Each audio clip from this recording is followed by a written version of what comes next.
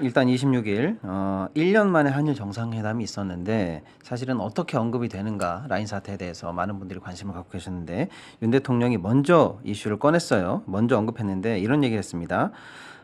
일본 총무성의 라인 야후에 대한 행정지도가 네이버의 지분을 매각하라는 요구는 아닌 것으로 이해하고 있고, 그러니까 완벽하게 지금 잘못된 인식을 갖고 네. 있다라는 걸 그냥 아예 대놓고 선언을 했습니다.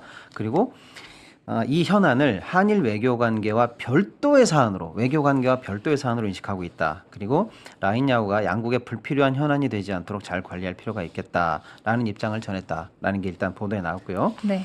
또 한편 내년도 한일 국교 정상화 60周年에 더 한층 한일 관계가 도약하길 바란다. 뭐 이런 얘기를 하면서 마치 라인 문제는 현안이 되지 않고 평화롭게 내년을 전망하면 되는 것처럼 발언했다라는 게 이제 나왔는데 대통령의 발언을 좀 정리해 보면 이미 현안 아니겠습니까? 네. 그런데 현안이 되지 않도록 일부러 모른 척 배제했다라는 인식을 보여줬고요. 둘째로는 외교 문제로 취급하지 않으니까 우리는 특별히 외교적인 대책을 강구하지도 않겠다라는 식의 포기하는 듯한 발언도 보여지고 있습니다. 또 하나는 이제 사실은 일본을 상대로 외교 문제나 현안이 되지 않도록 하겠다는 것은 어떻게 보면 우리가 적극적인 행정 조치를 또 외교 조치를 하지 않겠다라는 의도. 그러면 결국에는 일본 내에서 일어나는 어떤 라인 야후에 대한 압박에 대해서 사실은 일본 마음대로 해도 좋다라는 식의 용인이 아니냐 이런 과도한 비판까지도 현재 나오고 있는 상황입니다. 네. 근데 눈여겨봐야 될 것은 대통령이 이렇게 굉장히 실망스러운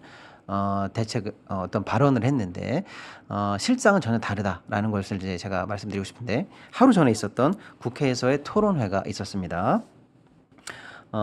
IT 공정과 정의를 위한 시민연대가 주최를 했고요. 국회에서 이제 더불어민주당 의원이라든지 콘텐츠 미래 융합 포럼, 콘텐츠 경영 연구소 등이 공동으로 주최했던 라인 사태 긴급 토론회가 있었는데요. 여기서는 대통령의 이런 태평한 현실 인식과 전혀 다른 얘기들이 네. 공식적으로 나왔는데 예를 들면 이런 거예요. 라인 사태의 본질적인 원인은 일본이 IT 후진국인데 그런 IT 후진국 상황에서 좀 심한 얘기로 일본의 IT 침몰 상황이다. 그런데 그럼에도 불구하고 일본이 라인 플랫폼을 강탈하려는 욕구가 있다. 이거에서 비롯된 오랫동안 준비된 사태다.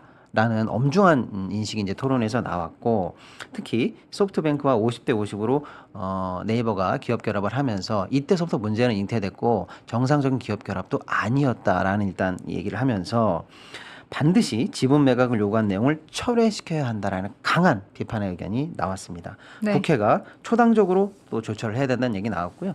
또 이제 송교 변호사 국제법 전문가죠. 국제통상 전문가 분께서는 이런 얘기를 했어요. 특히 일본의 지분 매각 시도는 국제통상에서의 비례성의 원칙을 위반한 조치다. 즉 쉽게 간단하게 사안이 해결될 수 있으면 그거에 맞는 조처가 해줘야 되는데 정보 유출이라는 사안에 비해서 너무나 과도하고 비례성에 맞지 않는 조처가 취해졌다. 이것은 한일 투자 협정의 협의 요구권도 적극적으로 행사해야 되는 사안이며 심지어는 국제사회의 중재국까지 가야 될 수 있는 사안이다라고 해서 실제로 국회와 시민단체에서는 엄중한 사안 인식과 강력한 대응을 지금 현재 요구하고 있는데 정작 하루 뒤에 열렸던 한일 정상회담에서 대통령은 외교 사안이 아니라는 인식과 정부의 무대응을 내포하는 듯한 발언을 해서 상반된 현실 상황을 보여줬다.